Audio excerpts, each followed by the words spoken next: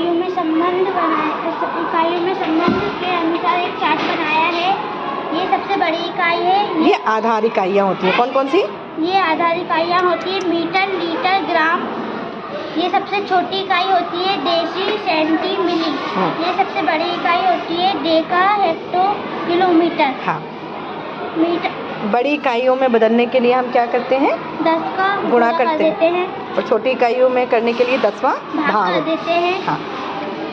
यह हमने ग्रिड बनाया है। ग्रिड की मदद से यहाँ हम बीच में मीटर, ग्राम, लीटर कुछ भी समझ सकते हैं। हाँ। फिर इसके मान लीजिए आपको 2 मीटर दिया है और उसको किस में बदलना है? मिलीमीटर। हाँ, तो कैसे बदलेंगे? मीटर के नीचे हमें 2 रखना पड़ेगा और फिर मिलीमीटर तक हमें 0 देना है। अच्छा, तो ये क्या हो जाएगा? 2000। ओके। 2 मीटर बराबर 2000 मिलीमीटर। Very good. मान लीजिए हमें मिलीमीटर हाँ बराबर मीटर 8 मिलीमीटर को किस में बदलना है? मीटर में। ठीक है, तो मिलीमीटर के नीचे हमें 8 लिखना होगा और मीटर तक हमें 0 लगाते लगाना हैं। होगा। हाँ। फिर दशमलव और फिर यहाँ आखिरी पे क्या लगा देंगे? दशमलव। तो क्या हो जाएगा आंसर? 0.008। अच्छा, तो 8 मिलीमीटर बराबर 0.008 मीटर। तो इस प्रकार आप क्या कर सकते हैं? इकाइयों को परिवर्तित कर सकते हैं। वेरी। मेरा नाम पलक प्रजापति है। मैं कक्षा 7वीं की छात्रा हूँ। कक्षा 7वीं पाठ 9 परिमाप और क्षेत्रफल के अंतर्गत हम आज वृत्त का क्षेत्रफल ज्ञात करेंगे। अच्छा, कैसे ज्ञात करोगे? इस वृत्त में हमने बहुत सारी त्रिज्याएं बनाई है। इन त्रिज्याओं से हमें बहुत सारे त्रिज्यखंड प्राप्त होते हैं। इन त्रिज्यखंडों को हमने इस क्रम में जमाया है। इस क्रम से हमें आयत का क्षेत्रफल ज्ञात करेंगे। आयत की चौड़ाई 8 त्रिज्यखंडों के समान होती है। नहीं, आयत की चौड़ाई जो होगी वो वृत्त की त्रिज्या के बराबर होगी। आयत की चौड़ाई जो होगी वो वृत्त के त्रिज्या के बराबर होगी।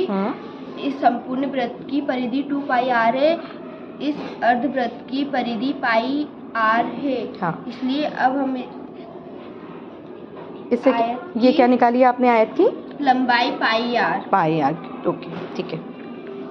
अब क्या करेंगे? आयत का क्षेत्रफल लंबाई गुणित चौड़ाई बराबर πr गुणित r बराबर πr का वर्ग। इसलिए वृत्त का क्षेत्रफल πr का वर्ग होगा। इससे हमें एक सूत्र प्राप्त होता है। Okay, very good.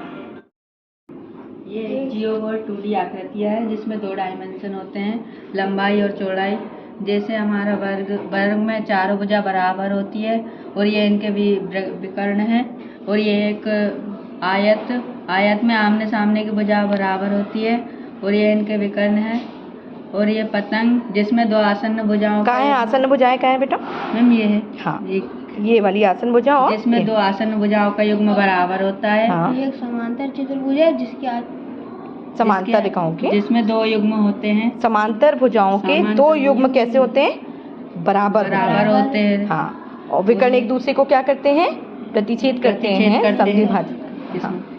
और ये एक समलंब चतुर्भुज है जिसमें समांतर भुजाओं का एक युग्म होता है, बराबर होता है। और ये एक समचतुर्भुज है जिसमें ये भी एक वर्ग की तरह होता है, लेकिन वर्ग का प्रत्येक कोण क्या होता है? 90 अंश का समकोण होता है। इसमें नहीं होता है। और ये क्या है बेटा? मैम ये एक त्रिभुज है जिसमें 6 प्रकार के त्रिभुज बनाए जा सकते हैं। ये कौन सा त्रिभुज बनाया है आपने? ये समकोण त्रिभुज। हाँ, फिर ये हमारा त्रिभुज।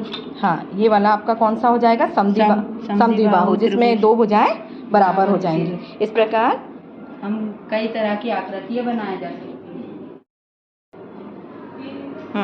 मेरा नाम कल्पना मनहर है। मैं कक्षा 8वीं की छात्रा हूँ।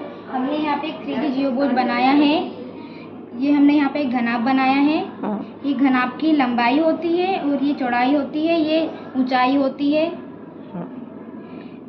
और ये इसके किनारे 6 फलक होते हैं। 12 किनारे होते हैं। किनारे का है? ये किनारे होती हैं उसकी। और 8 इसके शीर्ष होते हैं।